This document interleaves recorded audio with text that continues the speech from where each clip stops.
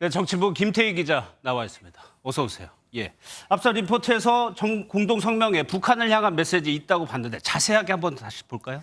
네, 일단 핵심은 북한의 핵무기를 절대 용납하지 않겠다는 겁니다. 예. 네, 각국 정상들은 이 성명에서 북한의 핵실험과 또 탄도미사일 발사 자제를 촉구했습니다. 북한이 개발 중인 정찰위성 발사를 염두에 둔 것으로 풀이됩니다. 유엔 안전보장이사회 결의에 따라 북한의 핵무기에 검증할 수 있고 비가역적인 포기라는 목표에 대한 확고한 의지를 재차 표명했다고 덧붙였습니다.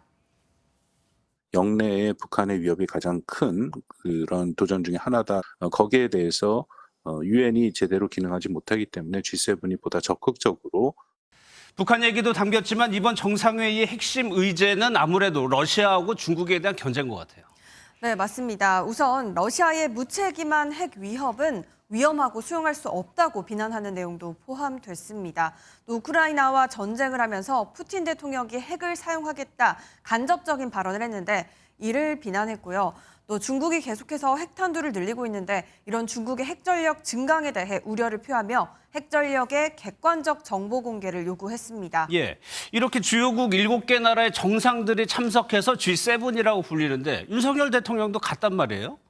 네, 맞습니다. G7은 이름 그대로 7개 국가의 모임입니다. 예. 원래는 1970년대 근본 위제 폐지와 석유 파동 등 세계 경제 위기에 대응하는 과정에서 형성됐는데요. 미국과 영국, 프랑스, 독일, 이탈리아, 일본, 캐나다 7개국이 정회원 국가입니다. 그런데 올해는 2배가 넘는 16개국 정상이 함께합니다. 윤석열 대통령을 비롯해 호주와 인도, 브라질, 베트남, 인도네시아, 코모로, 쿡 제도 등 8개 초청국 지도자와 젤렌스키 우크라이나 대통령이 참석했습니다. 예. 유독 이번에 이렇게 많은 정상들이 참석한 이유가 있을까요? 네, 앞서 기사에서도 봤지만 이 서방 국가들의 중국과 러시아에 대한 견제라고 보면 됩니다. 우크라이나 침략한 러시아 제재에 더 여러 국가들을 참여시켜서 압박하겠다는 겁니다. 또 중국의 부상 역시 미국과 일본이 원하지 않는 것이기 때문에 이를 차단하기 위한 연합전선을 구축한다고 볼 수 있습니다.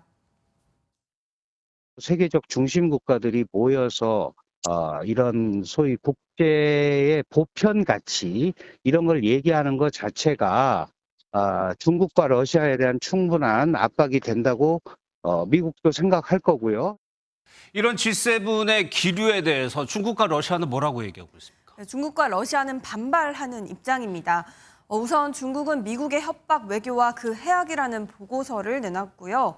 또 중국 총리는 러시아 총리와 23일부터 이틀 동안 중국을 공식 방문해서 시진핑 주석과 만날 것이라고 밝혔는데요.